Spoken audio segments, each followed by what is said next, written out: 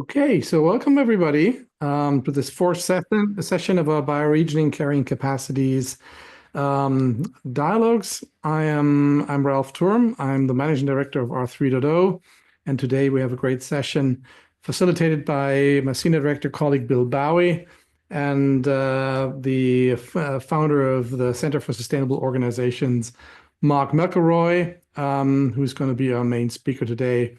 A good friend for many, many years, and we're very, very lucky and very happy to have him. He's really one of the godfathers of context-based sustainability, if not the godfather, if you want to say it like that. Just as a starter, I just want to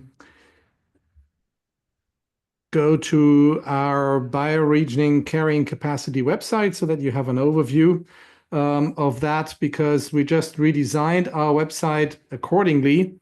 And on the r3.0 website, under the topic of bioregioning, or the tab bioregioning, you also find different sorts of dialogues that we're organizing. And one group of these dialogues is around bioregional carrying capacity sessions. And as you can see, when I scroll down here, we started that session already in 2024 with a first session, an intro session into bioregional carrying capacity measurement and management, and then continued moving into municipal carrying capacities. We had Randy Saad, who's also here on the call, presenting in that session. Then we had our last session with our speakers Anders Bjorn and also Arvid Baumik, who spoke about sweet spots and absolute assessment methodologies. And today we are honored by having Mark McElroy together with us, who speaks on context-based assessment of bioregional carrying capacity. I'm showing this website just simply so that you know that everything that we talk about in these dialogues are also documented on the bioregioning website of r3.0. And you will always find slide decks that were shown, and you will also find the recording of these sessions shown as well. So there's full documentation of what we're doing in the bioregional carrying capacities area, and you can always go back and look at those videos if you want to, whenever you want to, or have time to do so. So that's just an intro. I'm forwarding to Bill for the further introduction and then into the session with Mark. Great, thanks, Ralph. And Ralph will be driving the slides today, so we'll pull those up. I want to lead by saying that this is a joint venture, if you will, between r3.0, Redesigned for Resilience and Regeneration, and the Design School for Regenerating Earth. So this series was born in the Design School. The first two sessions were hosted in the Design School, which is a bounded space. And so in conversation with Joe and Penny from the Design School, we decided to actually make these public and continue our joint project. So big thanks to Joe and Penny. They couldn't be on the line today, but I know that they watched these afterwards. So yes, today we are very honored to speak with Mark McElroy. You can go on to the next slide, where we have just the agenda for today. Ralph started us out. I'll do a little bit more context setting, and actually I'll handle the engagement guidance, and then we're over to Mark. We generally, our flow in these is to try to do about no more than half of the time in presentation mode, and leaving a good half of the time for dialogue. And so Mark has a great presentation to give, and then we'll open up into discussion. And then I'll close things out with some information about next dialogues and other activities that you can participate in.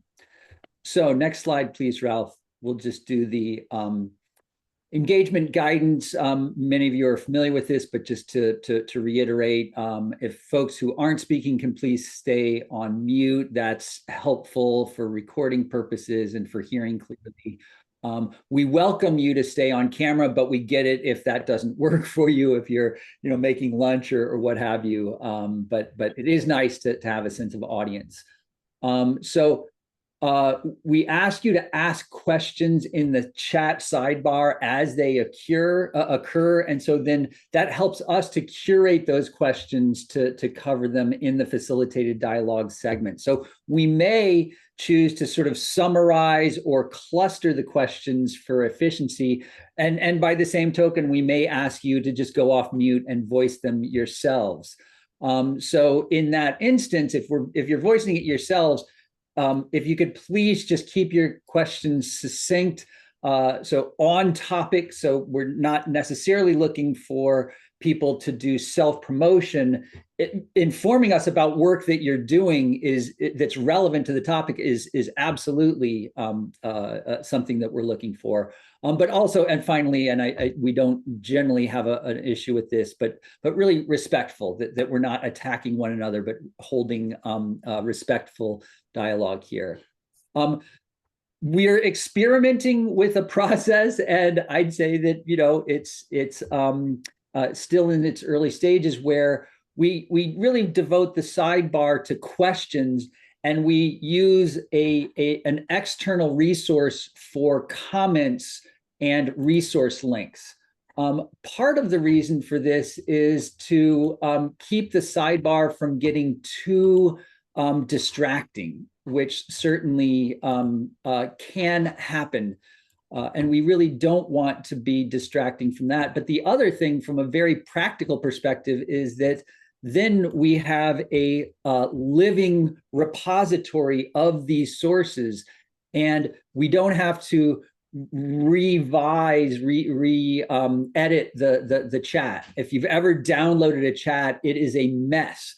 It is not user friendly. So we're trying to up our collective game in terms of being able to document the knowledge that we are tracking and also generating in real time.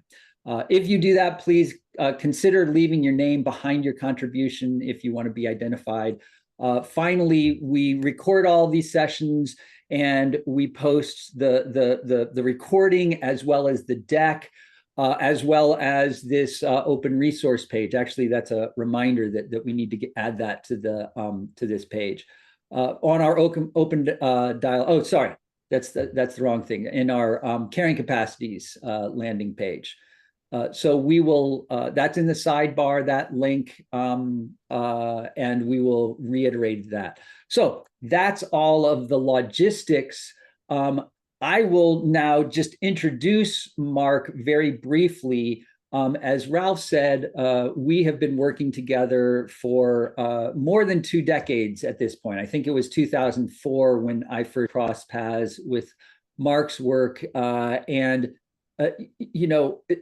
it struck me as inherently common sense that you would measure sustainability vis-a-vis the carrying capacities of the resources or capitals that you want to sustain and that sustain life.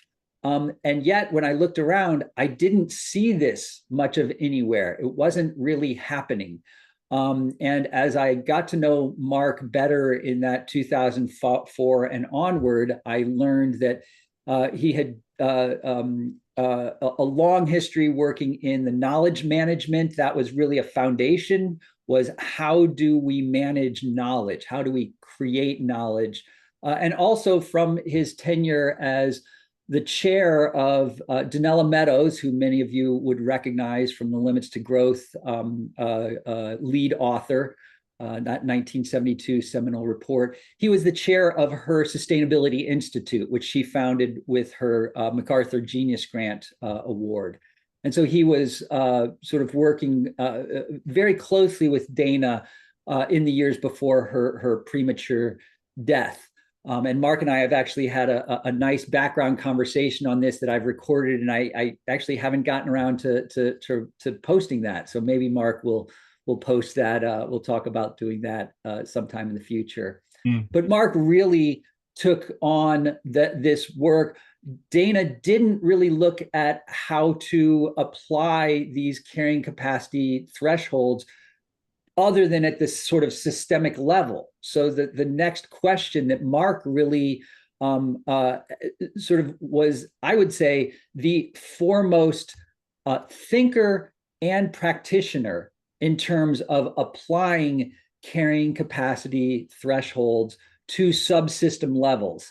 And he did it primarily at the organizational level. He'll speak a little bit to this. He's also done it at the national level, at the municipal level.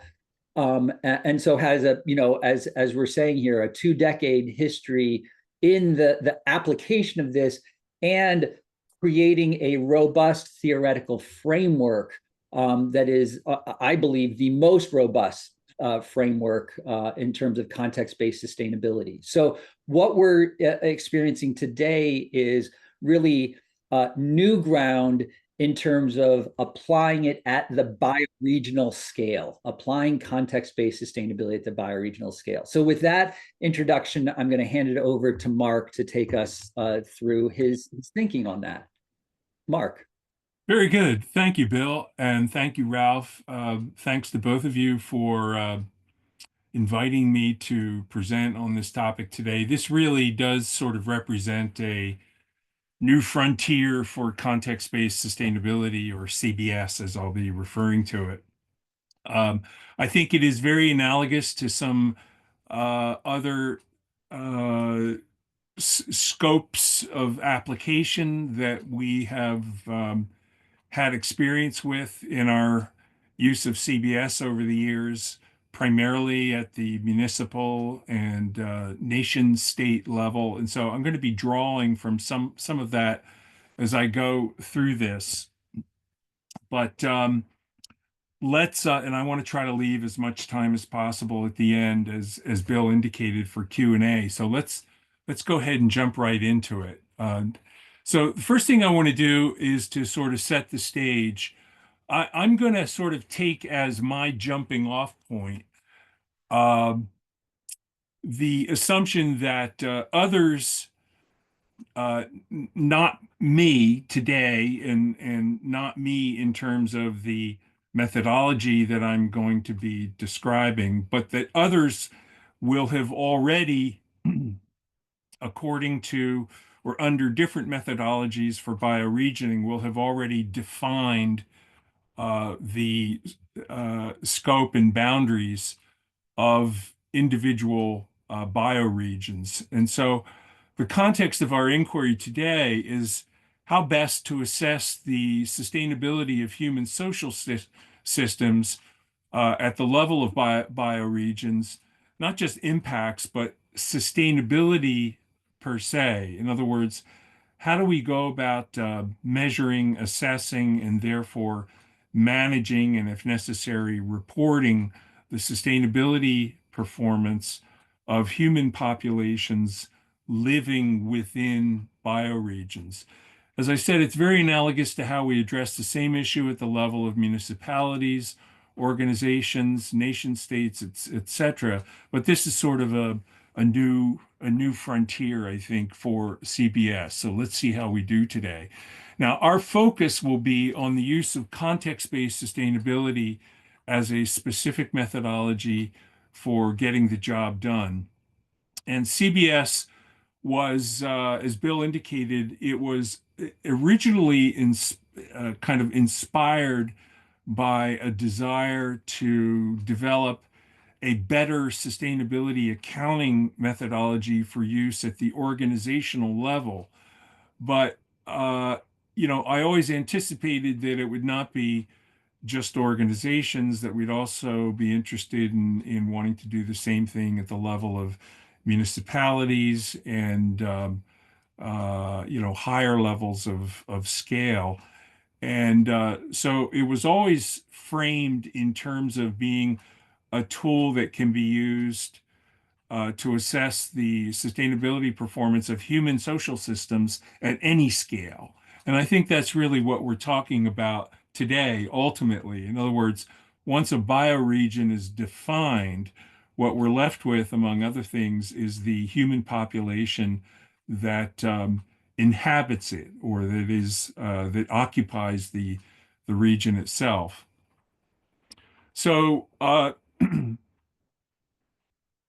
really central to the uh, concept and application of CBS is the approach it takes to assessing human impacts on the sufficiency of vital resources or capitals. It's probably the single most significant sort of statement I could make about CBS in terms of how it works and what its hallmark characteristics are and how it functions. Basically, we focus on assessing human impacts on the sufficiency of vital resources or capitals. So capital theory is really very important to CBS. We'll talk more about that in a minute. But also important is the question of how in the world do we quantify such impacts? Not just the impacts, but uh, the scope or extent of capitals themselves that are of such important interest to us. And the way we do that is by utilizing the concept of carrying capacity. Go ahead, Ralph. So, what is carrying capacity? When I was doing this research 20 years ago, I came across a fantastic article written by a guy named Nathan Sayre, who really, his article was really all about the intellectual history of the concept of carrying capacity. And this is a quote taken from that article where he said, like sustainability, which it predates and in many ways anticipates, carrying capacity can be applied to almost any human environment interaction at any scale. And it has the additional advantage of conveying a sense of calculability and precision, something that sustainability thus far lacks. Well, that was really music to my ears because that's exactly what I was trying to do. I was trying to take this concept, um, this concept of kind of vague concept of sustainability and including metaphorical applications of it that by 2005, 2008, when I was doing this research, had long been established by folks like John Elkington and his work on the so-called triple bottom line, which is kind of it's a metaphor, but it was kind of not very well defined in terms of being operational. But my feeling was that by embracing carrying capacity as a measurement methodology unto itself, we could make some pretty significant progress in terms of developing a way of operationalizing sustainability accounting and operationalizing concepts like the triple bottom line. And I was also pleased, I'll just mention as an aside, I was also pleased to find when I was doing this research that John Elkington himself, as he was developing the triple bottom line concept and publishing his book on the subject in the mid 90s, had himself taken steps to correlate each of the three bottom lines that he was discussing with specific capitals. And so it was, John, among others, who had correlated the environmental bottom line, for example, with human impacts on natural capital, and the social bottom line with human impacts on human capital, social capital, and so forth. So more about that shortly. I also think in this presentation we ought to have a good working definition of the term. So I offer this one for present purposes. Carrying capacity refers to the extent of demand for its goods or services a capital resource can fulfill without degrading or exceeding the limitations of its stocks and flows. So we'll see what that means in practice more explicitly in a moment. And this definition I pulled from something that I compiled about 5 years ago called Generally Accepted Integrated Accounting, or Gaia Principles, which lays out a number of accounting principles for sustainability accounting that were meant to be to play a similar role as, say, generally accepted accounting principles, or GAAP, plays for financial reporting. We need something similar for integrated accounting, and those principles include, in my view, should include carrying capacity. Go ahead, Ralph. So some other starting assumptions. I've already mentioned this. We make no specific proposals here or today for how best to define or delimit the boundaries of a bioregion. We're assuming as our starting point instead that such determinations have already been made by others using other methodologies, and that CBS only comes into play afterwards as we are attempting to sort of set up a performance accounting methodology for use on a continuing basis by the inhabitants or administrators or, say, third-party assessors of the sustainability of human activity within a bioregion. So planners, managers, or inhabitants of bioregions then separately seek to achieve and maintain sustainable performance within such boundaries, and therefore require tools, methods, and metrics for sustainability accounting. And that's what we're here to talk about and offer today. CBS is admittedly only one such possible methodology for how best to do so. We'll see. Go ahead, Ralph. So for those of you who are not familiar with CBS, I think just a little bit of explanation or description would be warranted. So here's my crash course on CBS in 2 slides. What is it? It's a multi-bottom line sustainability accounting system grounded in what we call multi-capitalism. This is sort of the broader overarching doctrine, economic doctrine, for which CBS plays a very important role, but there's more to multi-capitalism than CBS. So multi-capitalism might also include a methodology for assessing the performance of an economy. In other words, a sustainability alternative to GDP and other policies and principles as well. It also requires that the impacts on capitals that are of such central interest to us be assessed relative to capital thresholds and allocations.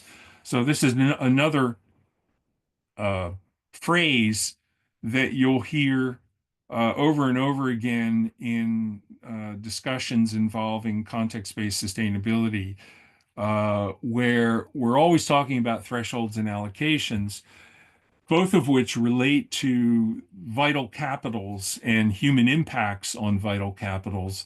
Again, these are some conceptual tools that help to set up the kind of sustainability accounting that we try to do with CBS. And we define them as follows. So a threshold is an upper or lower limit in resources that must be adhered to.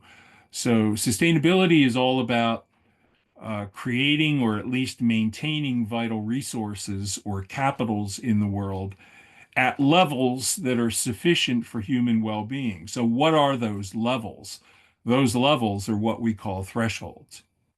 Allocations, in turn, are entity-specific fair, just, and proportionate shares of human responsibilities to either live within and or maintain the thresholds.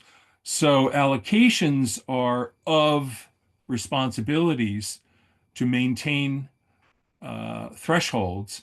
Thresholds are, again, upper and lower limits and resources that must be adhered to. So if there are two people living in the world and they share responsibility for maintaining a vital resource, first of all, we would define a threshold for the resource that would tell us what the level of sufficiency is that must be maintained. And then we would define allocations that we can assign to each of those individuals that tell us something about what their individual proportionate responsibility is to do their part in maintaining the thresholds of interest. For today's purposes, the entity of interest would be the human population of a bioregion. So that's really what we're focusing on here is once we have a bioregion defined, we then have a human population that lives within the bioregion.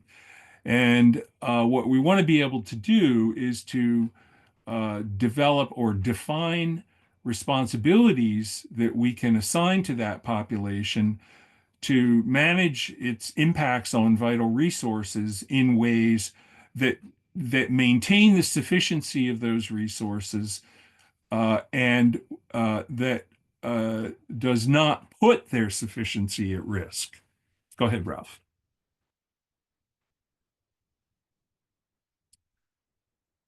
CBS basically follows three steps in the methodology. First is scoping and materiality.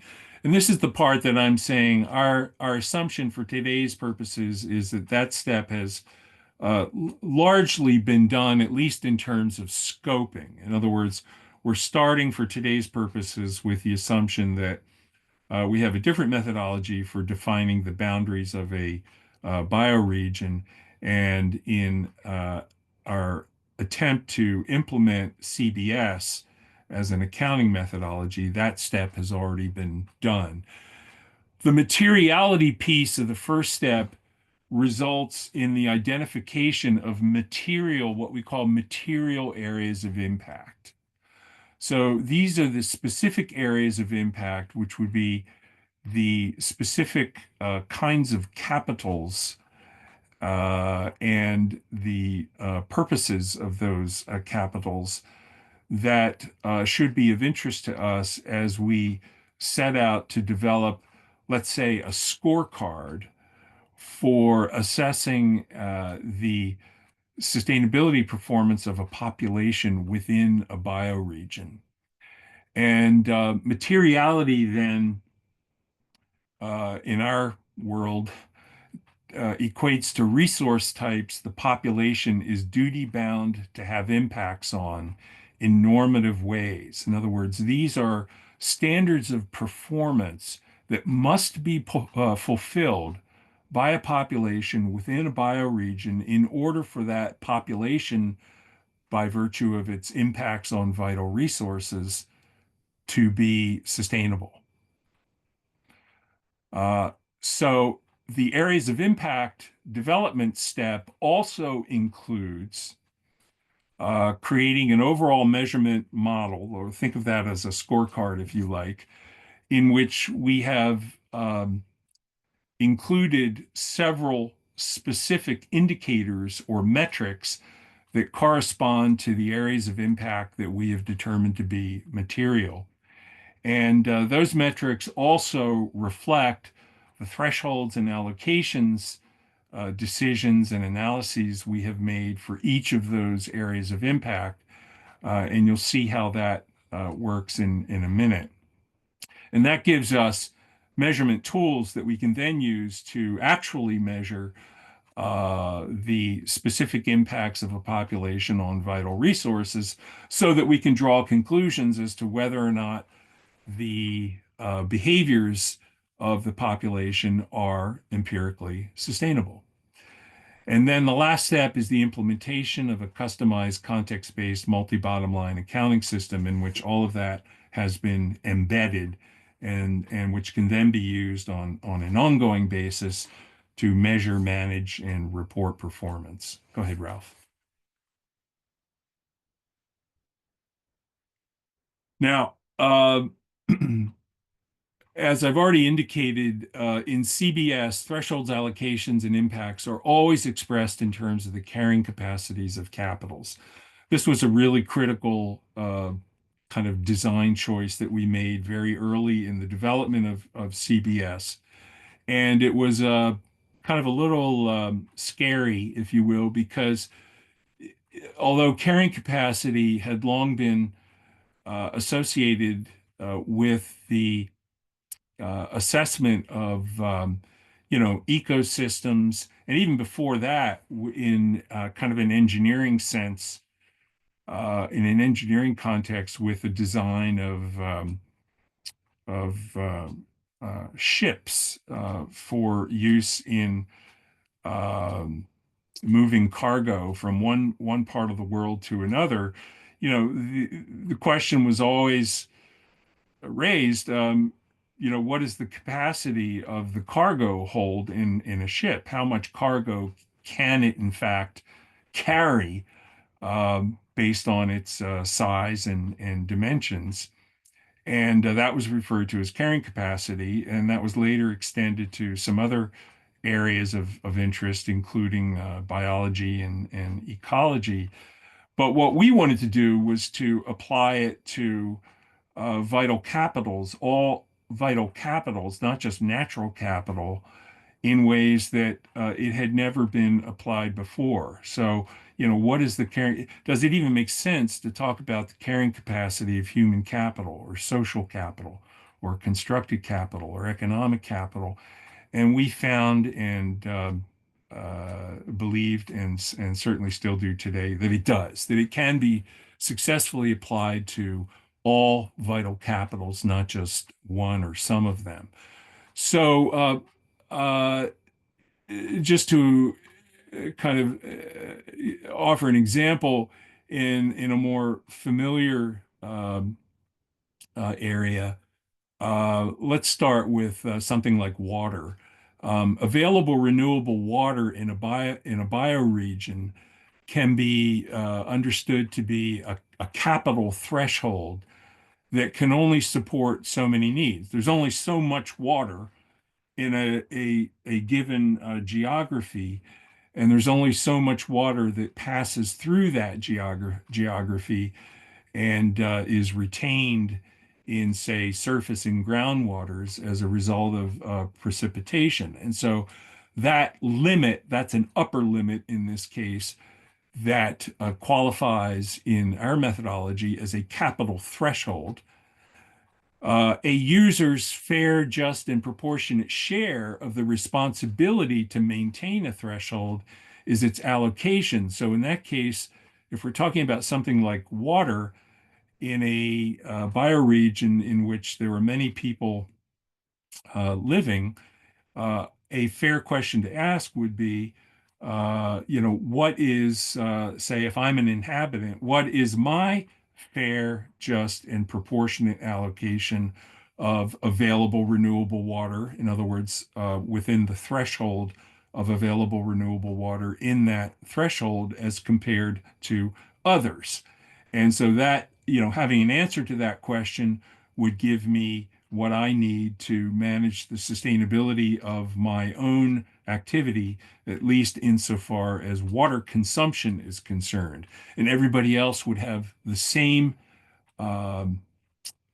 information. And if we all manage to our normative allocations and we're successful, then collectively we can live in the bioregion in a way that does not put the sufficiency of water resources at risk.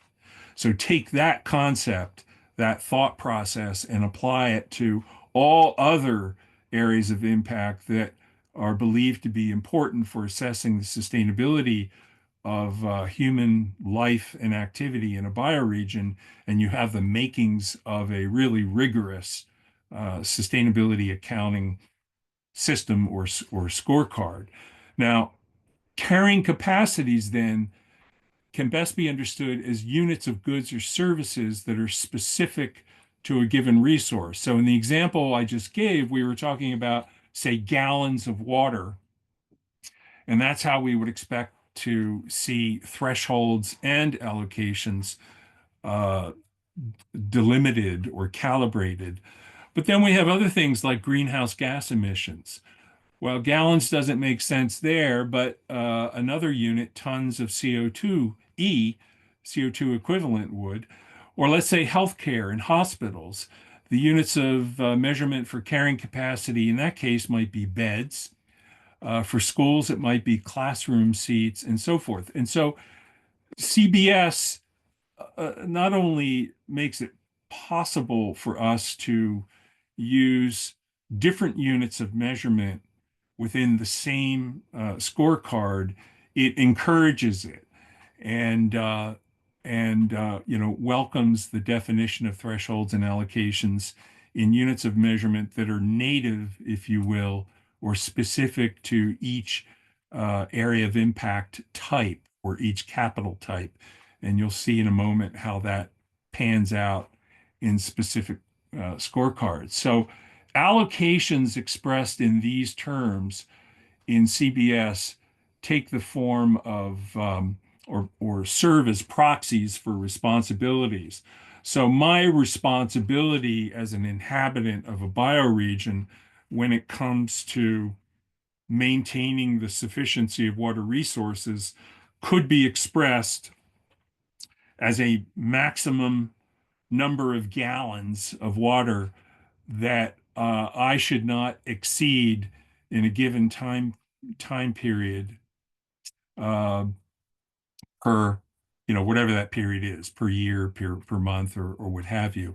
And I'd have a different standard of performance for greenhouse gas emissions, a different one for maybe my contributions to healthcare, another maybe to my contributions for schools, et cetera. So exactly what those areas of impact ought to be is precisely what we uh, address in um, that first step in the CBS methodology I referred to a moment ago in terms of materiality. So all of these things, not all of these would necessarily be material, but might be for one bioregion versus another. Go ahead, Ralph. Now, I want to just say a little bit more about the concept of capital before I show you how we're actually putting it into use.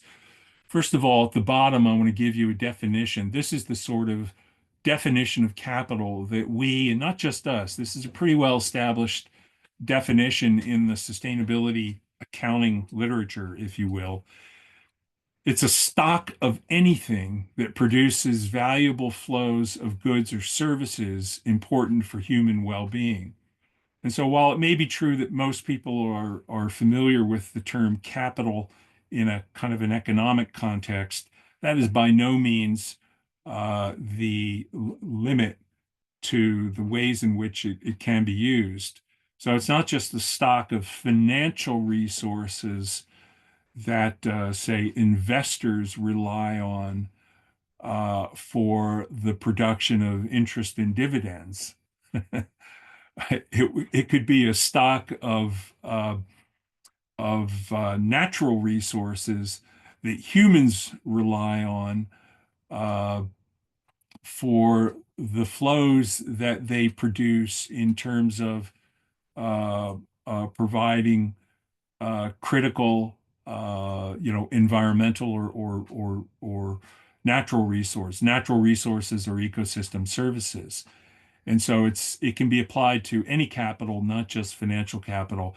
And this icon that you see here is designed to differentiate between the stock of the capital itself and the flows that it produces.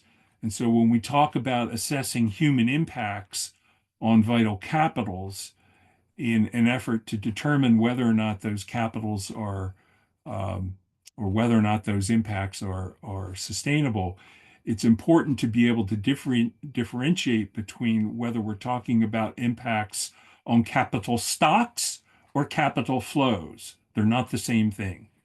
Go ahead, Ralph. Now here's using that same kind of graphic. Uh, you see on the left side uh, kind of a summary of what I just offered. What is capital? Its resources important for human well-being. It's made up of stocks and flows. Stocks continually produce flows. That's what capital stocks do. That's why they are of such interest to us, because they continually produce flows of resources that are vitally important for human well-being. And they only sometimes consist of economic things, but frankly, most of the time they don't. And below at the bottom, you can see the definitions, further definitions that we rely on. And on the right-hand side, you see here's how they come into play insofar as their effects on humanity and human well-being is concerned.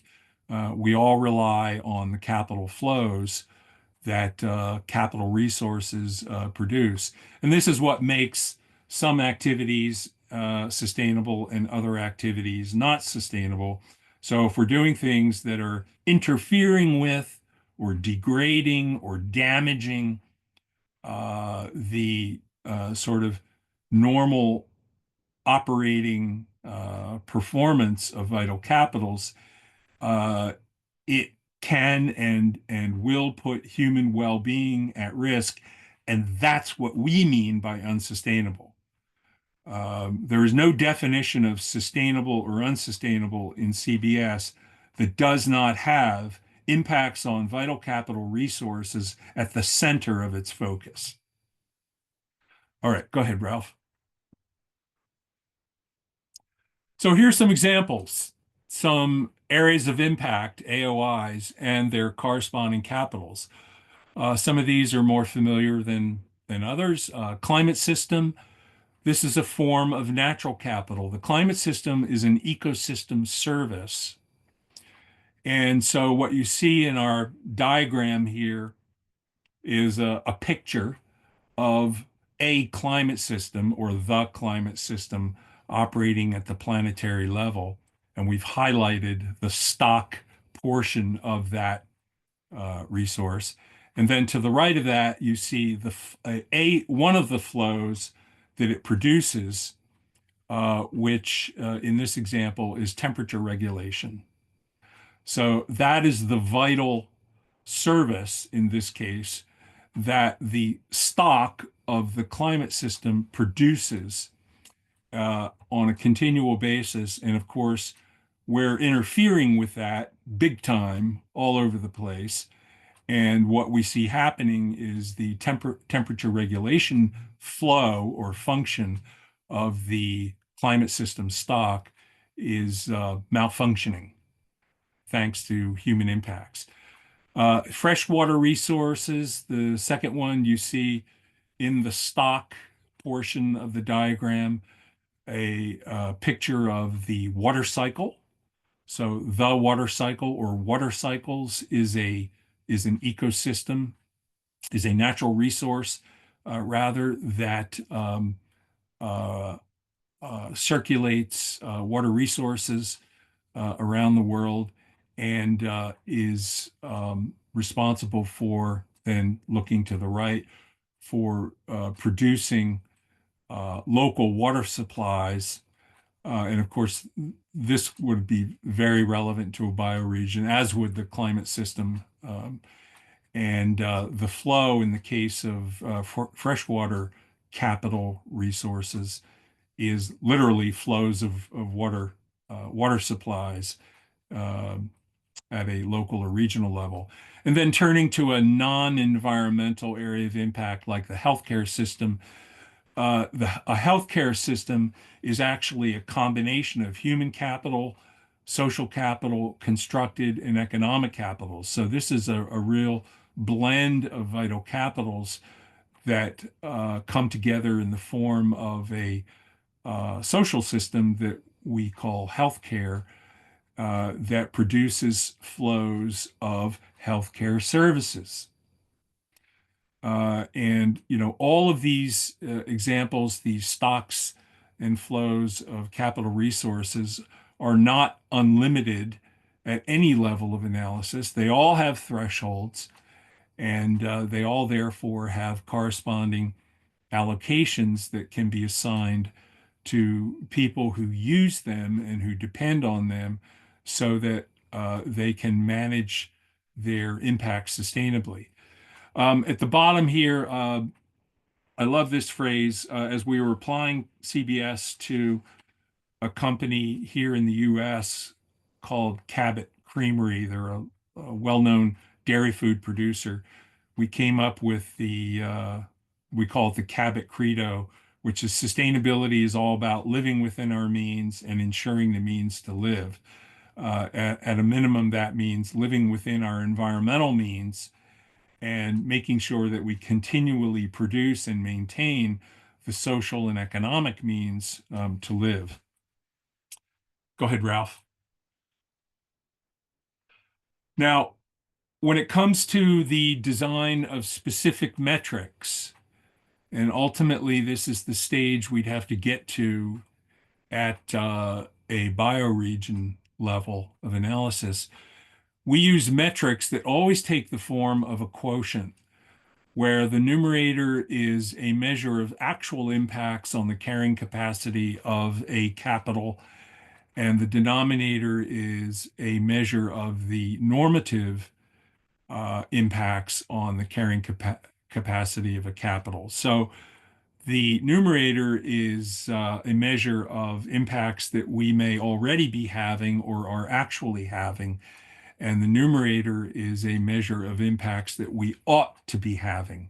And early in the development of this methodology, I would sometimes say sustainability is the quotient of is over ought.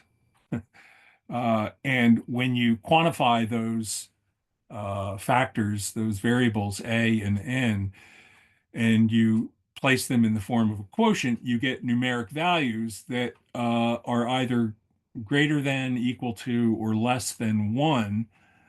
And that is what makes it possible. Then that opens all the doors to quantitative accounting and reporting, both at an individual AI level as well as in the aggregate at a, say, a bioregional level or an organizational level within a bioregion, et cetera. All of that suddenly becomes possible in ways that are sort of unique to sustainability accounting. Go ahead, Ralph. Ralph, you want to back up 1 second? I forgot to mention. You'll see the note on the right. The denominator is equivalent to the allocation. So once we reach a point where we have an allocation, which I get again, as I explained, represents the responsibility that users have with respect to a specific area of impact, that then becomes the denominator in sustainability quotients in individual metrics, that is. Go ahead, Ralph. Okay, so this is an example I took from a study. This is not a bioregion, but it's analogous. This is a report that I did in conjunction with a project in 2017. We did with Ernst & Young, working with Brendan LeBlanc at the time, who has since passed away. But what they were trying to do, we were sort of testing and evaluating the application of CBS at the nation state level. And we looked at it, we applied it to 4 different countries, one of which was Argentina. And what you're seeing here is a report that was produced that reports the sustainability performance of the country of Argentina in 2009. What I want to focus on briefly is the areas of impact column, sort of left of middle. And you'll see that there are several areas of impact: 1, 2, 3, 4, 5, 6, 7, 8, 9. What is it? 10. 1, 2, 3, 4, 5, 6, 7, 8, 9, 10. 10 areas of impact cutting across three categories of bottom line, which are sort of the conventional triple bottom line: social, economic, and environmental. And you see we've got them grouped in those categories by virtue of the types of capitals that are impacted in each case. And just look at the titles of the AOIs in this scorecard: life, human health, life expectancy, freedom and transparency, urban sanitation, internet access, homicides, which would be a measure of crime. Then in economic, percent women in non-agriculture workforce, uh, income equality, jobs or employment, unemployment rate, business productivity, GDP per capita, and then in the environmental category, the all-important greenhouse gas emissions impacts on climate, of course. Now, I know one of the things we want to talk about, and I'm trying to finish up here as quickly as I can so we can have time for Q&A, is where in the world do we get data for the areas of impact that may be of interest to us? And I can tell you that we spent about the first half of the work that we did on this project at Ernst & Young, searching for data for the areas of impact that had become of interest to us. And for at least for these 10 areas of impact, we were successful. We found data sets that allowed us to quantify thresholds and then allocations and then measures of actual impacts on the carrying capacity of the capital resources involved. And in a sense, I would say, and this is maybe a lesson learned that I would offer today, rather than define areas of impact and then look for data sets, we did it the other way around.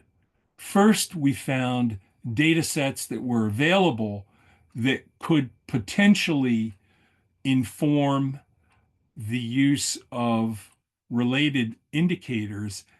And then once we had evaluated the relevance of the potential indicators, we then made decisions about whether or not to actually use them. And so I won't say that that was the logic that applied to all of these AOIs, but it certainly did to some of them. And so we found that, if we found a data set, if we had an AOI that we really wanted to have, but we had trouble finding data for it, we may have found a data set for another very similar AOI that in the end we felt was good enough or close enough. And it also is possible that we may have an indicator that we think is a really strong indicator of sustainability in a particular category, and yet doesn't have a data set that to go with it. And in that case, if we find a data set that could potentially help us to stand up another indicator that we feel is close enough, it might very well be that it's not as strong as the one we'd rather have, but we're still going to use it, and we will simply assign a lower weight to it because its strength as an indicator for our purposes might be lower than the one we wished we had.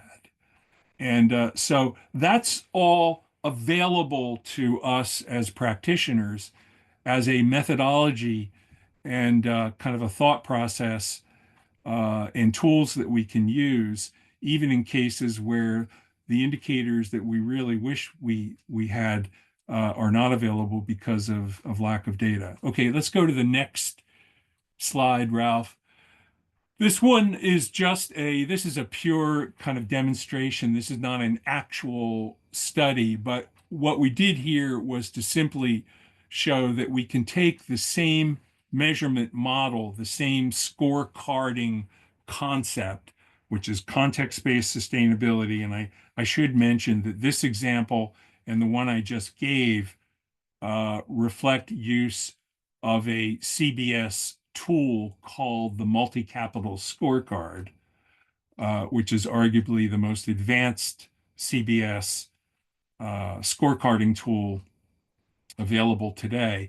But what we wanted to do was in this demonstration is to simply show that CBS can be applied to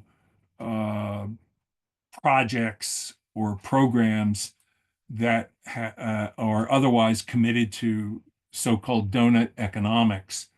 So we've seen this, of course, at the level of municipalities. There are municipalities all over the world that are committed to donut economics as a concept, which is really a context-based concept for assessing the sustainability of a municipality. But donut economics, the donut economics framework doesn't really provide a corresponding scorecarding tool. And so what we wanted to show with this graphic was that context-based sustainability and the multi-capital scorecard in particular can be used for exactly that purpose. And so all of the areas of impact in this illustration are taken from the donut economics literature.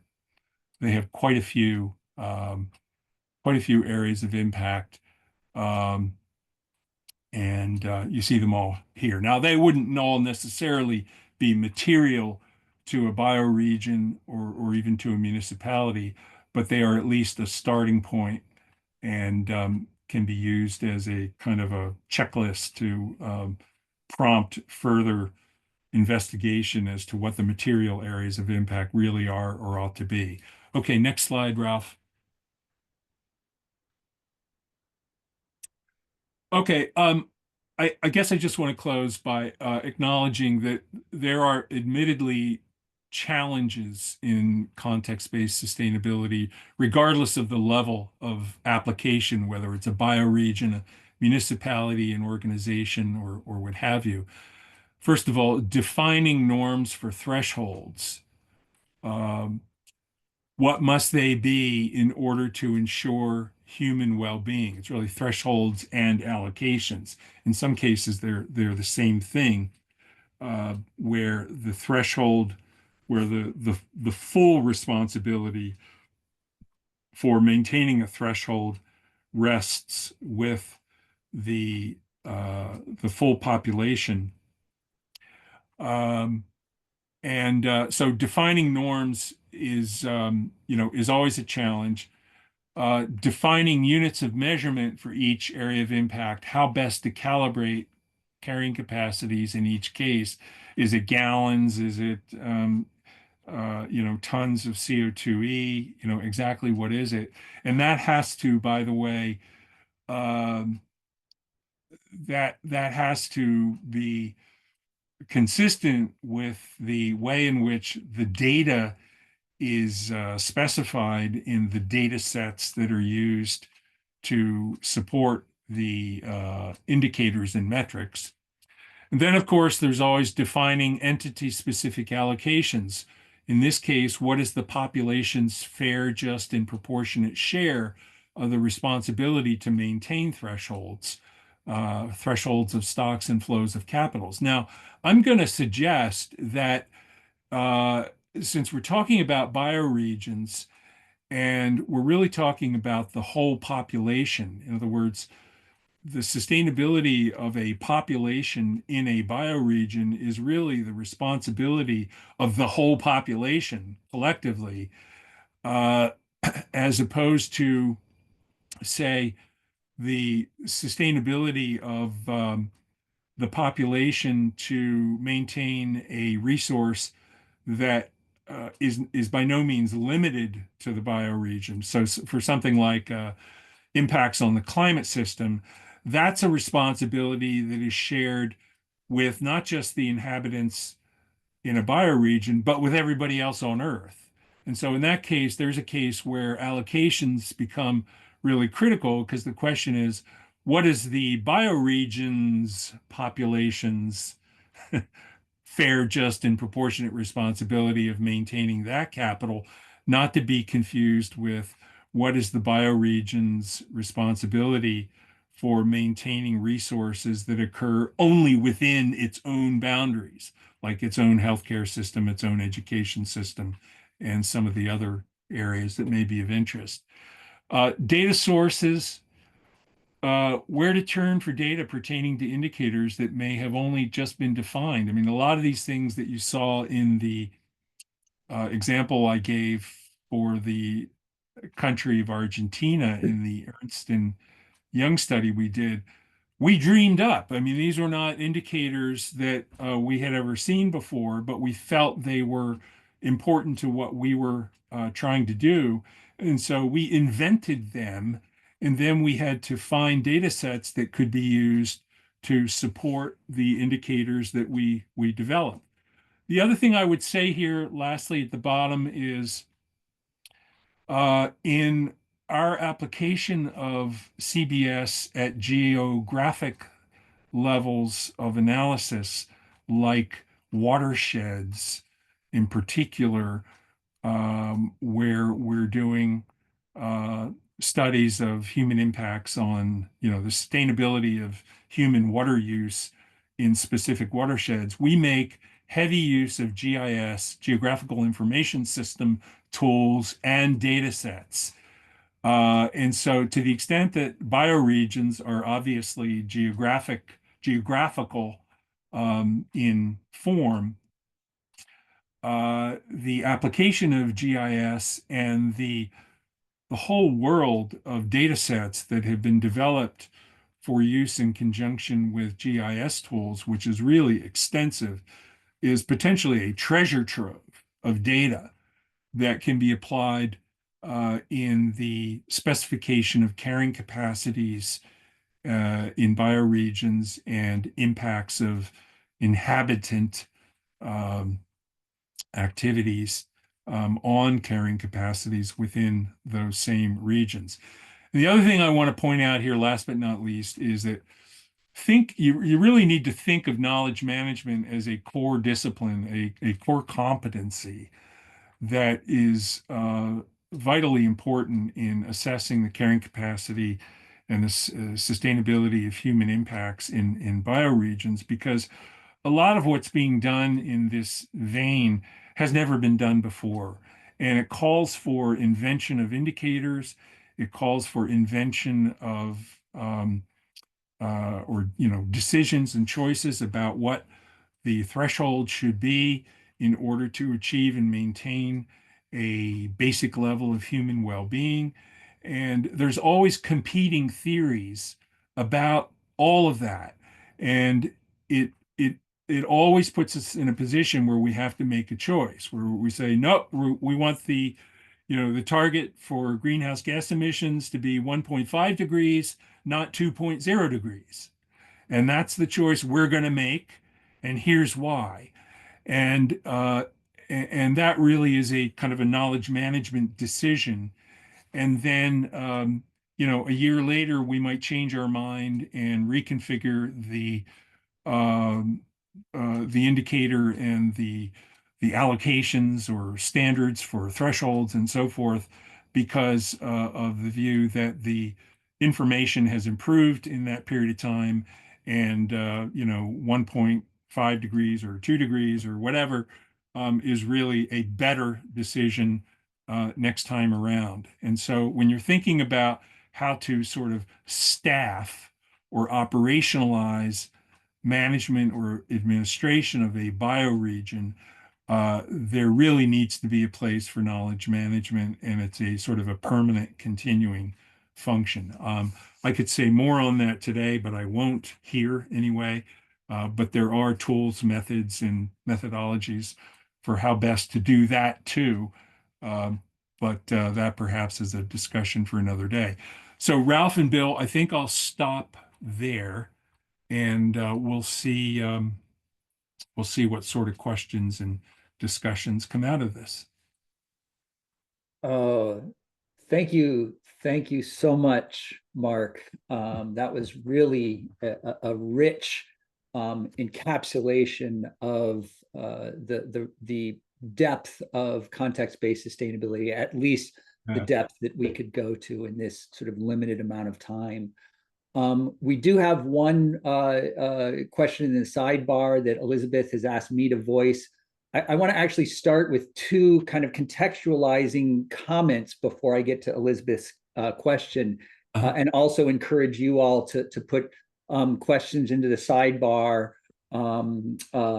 if you want them to be voiced and you want us to preview them. I think we also have time for folks to just raise your hand as well if you want to voice them yourselves. But my two comments would be, one, to your question about or to your point, Mark, about applying this at a bioregional level and the data availability. Sort of 2 points. One is that we are working with a team of university students in Cascadia. So we're also working with Brandon Letzinger and Claire Atwell, who many of you know, on this, and they are actively involved in applying at least on the ecological ceiling side of the ledger, looking at planetary boundaries in Cascadia. And so they are, grappling with the data availability question as we speak. They have said that they're open to present in this series in the future. So that's just a bookmark, folks. Keep tuned for that. They're a great team of young researchers working on that. The other comment that I want to make is literally just this morning, I got an email from Ross Kerber, who is a Reuters reporter who I've engaged with many times in the past. And he asked me essentially, what are the implications of DOGE, the Department of Government Efficiency, which is an oxymoron in and of itself, in terms of the future of sustainable investing. And what I responded to him, and we'll see if he uses the quote, is that essentially, assessing sustainability performance in an investment context or any other context for that matter requires the baseline scientific data. And so the conscious depriving of the world of this data is utterly nonsensical, and even worse than that, it's insidious. I don't think I quite formulated it that way. So this is just by way of saying that this very issue of data availability in other contexts is very much top of consciousness. So Mark, you may sort of integrate that into your commentary after this. But to the question, yeah. So Elizabeth, unless do you want to respond to that briefly? Okay, great. No, points made. Cool. So Elizabeth Subale said, how do we construct guardrails to sustainability and justly address the likely possibility that bioregion actors, individuals or states, might desire to engage in a form of capital trading, particularly where those can be physically moved, like water? And I guess I'll just add a little bit. She gave me permission to add a little bit more context here. This is an issue that came up in two Earth Commission papers last year, where they were talking about Earth system boundaries. So again, they're just looking at the ecological thresholds side of the equation. And they noted that applying them at the bioregional level is a promising approach, but that it would have to tackle this issue of, how do you essentially allocate amongst bioregions, if you will? So not just at the bioregional level, but at the cross bioregional level. And I can throw links to those papers into the resource document. But there's the question for you, Mark. And I see that Andrew's got his hand up, so he's next in the queue. So over to you, Mark. Well, applying CBS to resource trading is not something we've ever done before. And I'm not so sure that it would necessarily make sense to use CBS for that purpose unless there is an element of unless the the element of sustainability per se is included. Now, but if we're simply talking about, well, gee, we need more water than we have, so let's trade it or buy it from other places. I don't think that really falls into the category of sustainability accounting per se, uh, because not necessarily, there's no focus in that statement or in that scenario on, um, any attempt to uh, maintain resources at levels that are sufficient for human well-being. So I'm struggling a little bit here with that question. I would say that um, if it might be that the same thing is true for say setting up a cap and trade system Mm. within a region. Um, and a cap and trade sort of presupposes determination of a threshold as its starting point. This is a level of, say, greenhouse gas emissions that should not be exceeded this year. That's a threshold. And then next year, the threshold might be lower and then lower again the year after that. But so I don't know. I think there's probably a supporting role for CBS to play in cases where there are thresholds involved. If not, then probably not. Yeah, and I'm going to push back gently just a little bit here, Mark, or maybe just offer some other thoughts quickly before we get over to Andrew. I think that in some ways this is analogous to the idea of sort of scopes 1, 2, and 3 in organizational accounting, where scope 1 is the organization's own responsibility for its own impacts, and that's where CBS really started was, well, if it's Yeah. making impacts, then it is responsible for those impacts.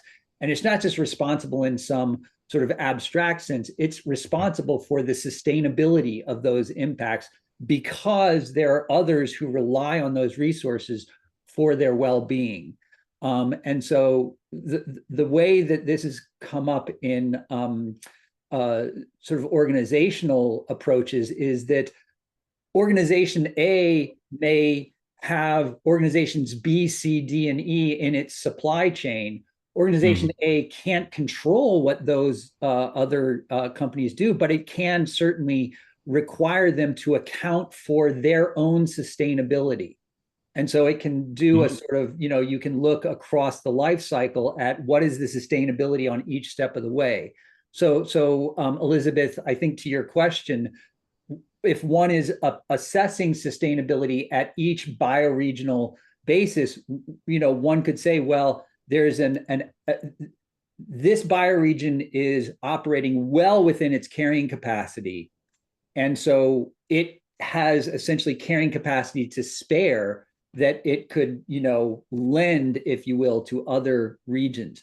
This happens all the time without being accounted for. And that's precisely why we are in unsustainable status right now. But I do think that feasibly that could, or conceivably that could be applied.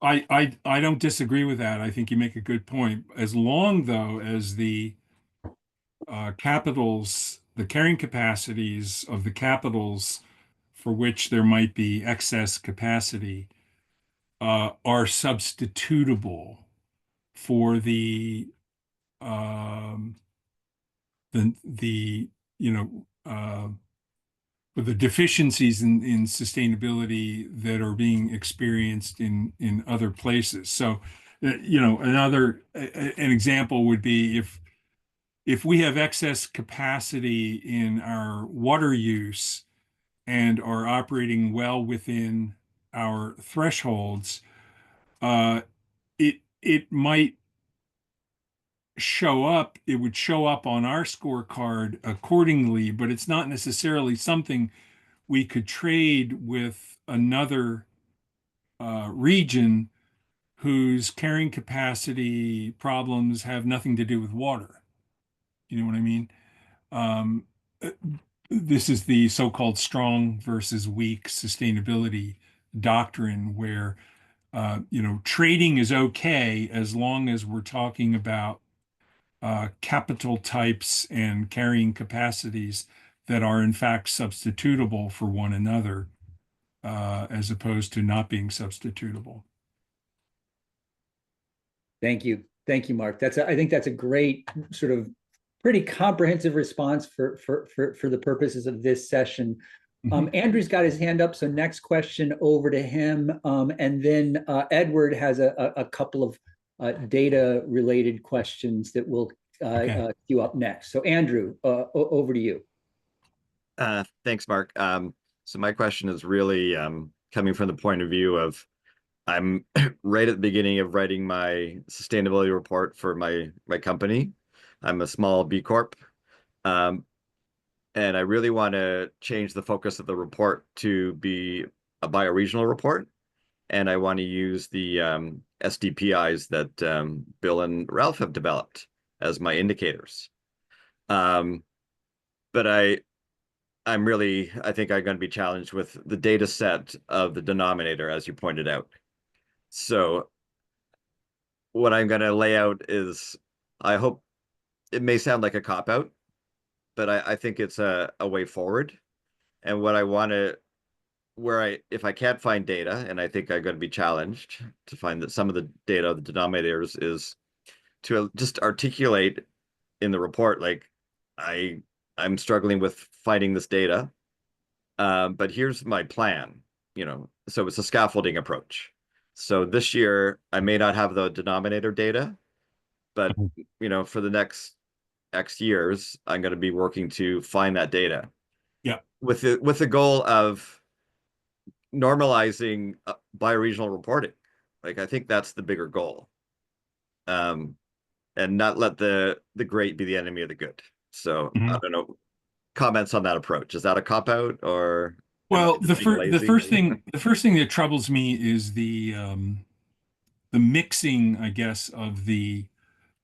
If I understand your situation, you're wanting to do a report for an organization, right? So right off the bat, presumably the scope of the report would be to disclose the sustainability performance of the organization, not the bioregion, not a bioregion, but of the organization. So the first question is always, whose performance are we talking about here? And I think in the example you give, the answer is you're talking about a particular organization. So then the next question is, okay, what are its material areas of impact? Now, you could say, well, we want to use the indicators that were developed in the SDPI project. And my first response would be, well, okay, but you always want to make sure that the indicators you use, regardless of where they came from, are in fact material to your organization. You're not just sort of paying lip service to some other framework by importing their indicators, whether they're material to your organization or not. So they have to be kind of qualified and verified as, in fact, passing muster as material for you, for your organization, not just indicators that others have developed that you happen to like. And so it really, for me, the scenario that you lay out really begs that question. It's sort of like, well, wait a second. Are you sure those are the indicators that you want to use? And are they in fact all material? And by the way, we know, because I worked on the SDPI project too, that they're incomplete. And so there may be other indicators that even the SDPI didn't include that you should include. And there may be other indicators that you should include that are very, very unique to your organization, whether SDPI would ever consider including them or not. And so that's sort of a methodological tangle that I would try to work through before I would go any further. Great. Is that helpful, Andrew? Yeah, I think I'm definitely have to ponder that. So I'll Cool. probably be following up with you and Ralph on that topic, actually. Sounds great, Andrew. And I'll just say very briefly, because as Mark just said, Mark, Ralph, and I participated in that UNSDPI development of those indicators. And one of the things that the approach that they took, the stance that UNRIS took, was that not all of the indicators that are needed to assess sustainability exist or are mature enough. So your point about doing what you can with the resources that you have right now, I think, is a totally legitimate approach to take. I mean, particularly if you're saying, I want to head in this direction, I want to be more robust, here's what I can do in the meantime. And you could reference SDPI. They literally say that in some of their indicators are not sustainability quotient indicators, and they do that because they don't think that the field is there yet. So just I want to say one other thing, though. It may very well be that at least some of the areas of impact some of the areas of impact for the B Corp that we just discussed involve identification of thresholds, or certainly can, that exist at the level of the bioregion within which the organization is situated. Now, that's very analogous to the way we have always approached sustainability of water use. Mhm. We look at it in terms of the boundaries of the watersheds in which an organization's operations are situated. I think the bioregional perspective brings maybe a new sort of sensitivity to the bioregion as itself, the contextually relevant backdrop that should be considered when attempting to identify thresholds for not just water, but for many other areas of impact. And I think that's a very worthwhile question and investigation. So I think that's an important consideration. Great. Thank you, Mark. I think this starts to get into the nuances of applying at a bioregional level as compared to an organizational level, and the dynamic relationship between those. Yeah. We're right about at time, and we've encountered this sort of regularly that we end up going a little bit over time. I do want to respect, Mark, are you able to stay on for a little bit long? Okay, great. And Ralph, are you able to keep the recording going and stay? Okay, I think what we should do is just take the questions that have come in. So Mitty has her hand up, and then Edward has a couple of questions in the sidebar. Mitty, why don't we have you ask your question and then get to Edward's, and then we'll close it out there.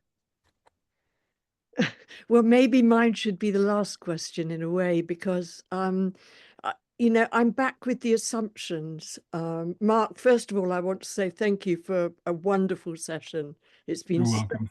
so helpful to me. Very kind of you to say. But it's like I got left at the first fence in a degree, and I should contextualize by saying that I live in an wildland urban interface region, actually wildland metropolitan, which is 1 degree more challenging than urban, maybe.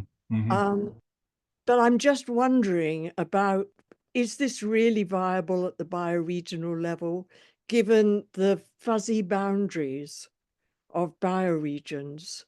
And you know, curiously, I find myself coming back into thinking, I can see my city, my little 20,000 population city of Agora Hills, collecting usable data.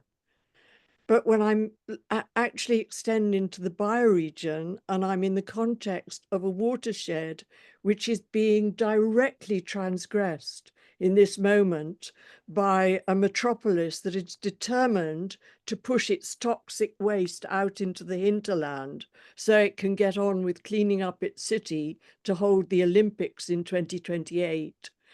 It's as though this whole exercise gets blown out of the water somehow. So I'm back with that basic assumption, and I think it's bigger than this particular conversation. But well, let's not prevent Mark from at least weighing in on that, and I may have a few thoughts as well. Mark. Well, I guess my question is, what's the question then?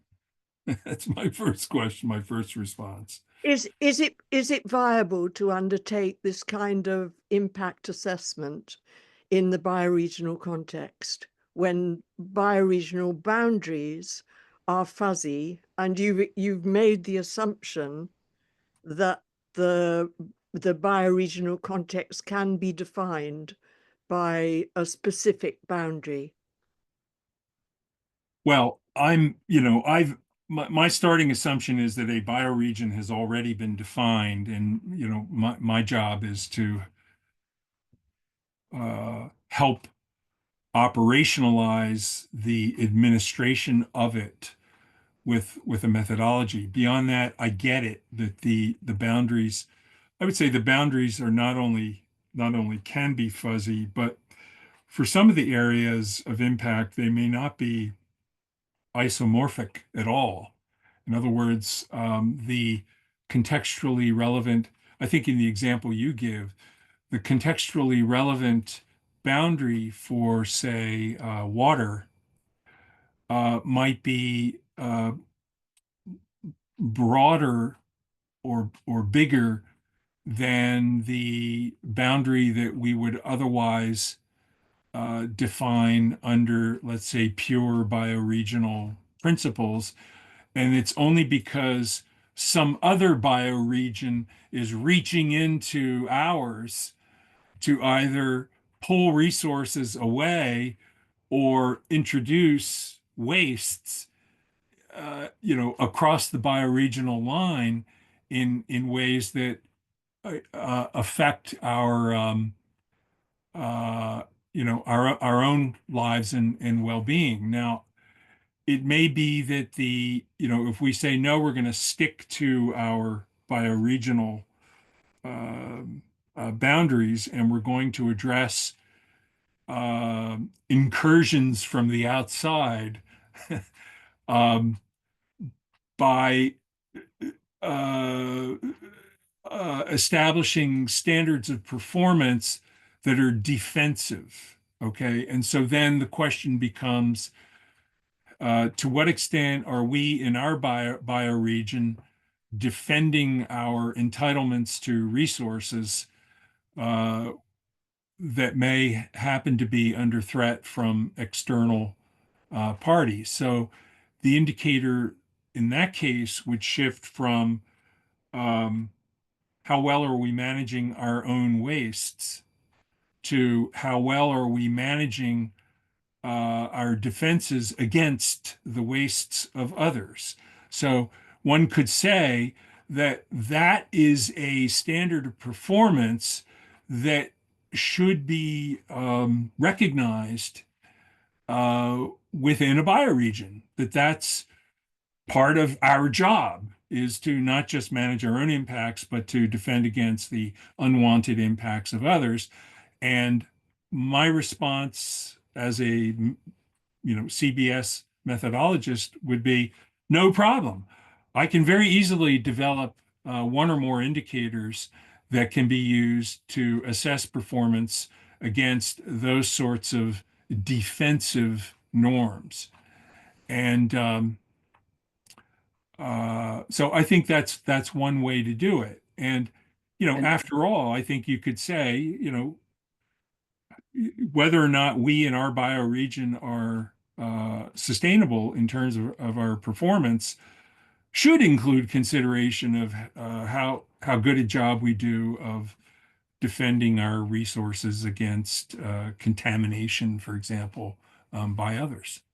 And by the same token, it would also entail, refraining from outsourcing our contaminants or, insourcing others' resources, other bioregions' resources that put their carrying capacity or their sufficiency of those resources at risk. And I think this is where, that has been essentially the colonial project for the last multiple centuries. The exporting of waste or adverse impacts and the importing of valuable resources. And so Mitty, I think that you have a particular skill for pinpointing the core of the issue. So thank you for that question. I think that it does, and it is essentially the question that's asked or the issue that's pointed out in those two Earth Commission papers that I'll share. And we've actually had that. Those are what kicked off our open dialogue series. This is sort of the carrying capacity dialogues are an offshoot of our open dialogue series. So this question is actually at the core, I believe, of bioregionalism and that idea of bioregions essentially defending themselves against being perpetrated on by others, either from taking or giving, is actually going to be very important for cross-bioregional engagement. It's very complex, I think, but it does get to the core of the matter. So thank you again for your question, Mitty. One final it was two posts in the sidebar from Edward. I can either read those or Edward, do you want to voice them? Look, I know everyone's short for time and want probably start their weekend. Do you want to read them? Or no, actually, I can do it. Look, basically, there's just two things. I mean, I've been doing environmental and social impacts for almost 15 years of my life on large infrastructure projects, tiny projects across the world. So I'm really fascinated by this whole impacts and how you define the impacts. I put in the sidebar the different types of impacts that we have to assess on every project. And I'm just wondering this. Well, that's one aspect. Look, I got to go myself. But then the other thing I wanted to talk about is the data set. We used International Finance Corporation. Look, I know this is the colonial sort of type of things, but they actually do have a very exhaustive list of acquiring data, whether it's primary sources, secondary sources, for any type of projects, but from large dams to resettlement to building railways or whatever. I know we're talking about bioregions, but again, I mean, they have a very good list of information where we can acquire data, how to acquire it, and I don't see why that can't be transferable into a bioregional context. And so I'm just wondering Have you seen the IFC's No, data set? no, I haven't. Okay, well, this is what best practice for environmental social impact assessment. Mhm. To obtain funding, I guess, for a lot of these projects. But I'm happy to provide that for you and see where that takes you. I mean, maybe this is just pie in the sky, but we had to use this for a lot of our projects Okay. to meet government regulations. Different types of governments, Yeah. whether it's local, municipal. It may have been something we looked at in 2017. If so, I can't recall, but I'm Yeah, happy to look at it. Yeah. Yeah, like they've been updated. The last revision was back in 2021. So I'm Okay. more than happy to send it to Bill, and Bill can forward on to you, and then Great. we'll take it from there. Look, I really love to talk, and I want to say thank you very much for this. My pleasure. Yeah. Like I don't want to take too much of your time. Thanks, everyone. Thank you. Great, thank you, Edward. And I'll gladly intermediate and also, be part of that conversation. I'll just comment here, a couple of quick comments before, last logistics. One is that essentially the data that you're talking about in the sustainability quotient would be the numerator data. So the A of S equals A over N. So the actual impact. Data sets like from the IFC or other large organizations can often fulfill that purpose. It's the denominator data that would really come from other sources, such as the Planetary Boundaries initiative from the Stockholm Resource Center, Resilience Center, excuse me, and elsewhere, and may need to be pulled together by the implementers of this. So that's where I'd say that's the more challenging aspect, is the threshold data. And Mark, thank you for your question about that. Mark Marginson, sorry for pronouncing that terribly. And also thank you for both your graphic and for permission to use that. If folks haven't looked at it, I'm utterly blown away that Mark did this graphic in real time. So check it out, and we'll post it in the after time. The last comment that I'll make is around the question of boundaries, and fuzzy boundaries in particular. And I think that I think, Mitty, you do hit on something, that this will be, in many ways, the biggest challenge, because I'm perfectly comfortable with fuzzy boundaries in terms of my social interactions within a bioregion, and my own bioregion, is it New England? Does it extend up into the Maritimes in Canada? Does it extend, across into New York and down as far as North Carolina in terms of, the Algonquin-speaking communities? That's one proposal. We haven't decided that, and I'm perfectly comfortable with that. But if we are going to assess our sustainability, we will need to make we'll need to draw the line somewhere. Now, we could accept that's an imperfect decision that we're making just for the purposes of assessing our sustainability performance. But you can't assess sustainability without having some kind of boundary. So I think you've hit on something with that, Mitty, and that is a conundrum for us. It'll be interesting to see when the folks from Cascadia present. They have a much more mature bioregional mapping practice there. So I do think that's perhaps the last conundrum of an issue that I'll mention in the call. I do want to end with just a few things for folks who can stay on, just sort of upcoming things. But before getting to that, Ralph will pull up the deck. But I can't get to that before saying, Mark McElroy, thank you very much for your incredible conveying of deep knowledge that you've gathered through decades. My pleasure. Experience. So thank you. Thanks for having me. Great. So for those who can stay on, just a few notes about upcoming events along these lines. So next slide, please, Ralph. We've got one coming up. Oh, I screwed up. I didn't include the one that's coming up on Monday.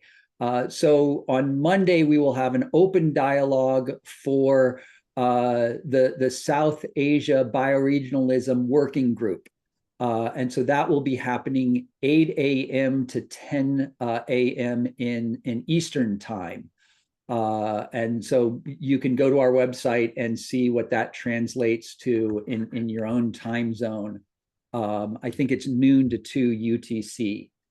And that will feature 4 different speakers, including Ashish Kotari, who's spoken at our conference in the past, Nisha Mary Palouse, who's speaking about their mapping work and their assessment of bioregions in pre-district India, for example, and others. There'll be 2 other speakers. So that's on the 24th of March. The April open dialogue will be with Australian bioregioning. It will feature Michelle Maloney with the Earth Laws, Australian Earth Laws Alliance, Mary Graham, who is an Indigenous scholar in Australia, and Kiran Kashyap, who is with Regen Sydney. So that's one that will be, I think that's 6:30 to 8:30 in the evening Eastern time on the 17th of April. Next slide, please, Ralph. This is just the landing page. So Ralph showed this earlier. We do have a landing page where we have all of the open dialogues. That's a separate series from this one, but they're quite similar. Next slide, please, Ralph. So this is, again, what Ralph showed at the beginning. We do have a landing page for the Bioregional Carrying Capacity series. That's where we will be posting the deck and recording and the resource page, resource document for this. So that's a living document. You can access it after we close this down and the chat disappears. Next slide. So next, we have our conference and our bioregional confluences coming up in September. So this is the website. It is themed Braiding Bioregional Resilience and Regeneration, Learning to Re-inhabit Earth Together. And so the conference itself is happening on the 9th and 10th of September. We have 4 primary sessions, 2 keynote speakers. We have a pro-social matrix exercise.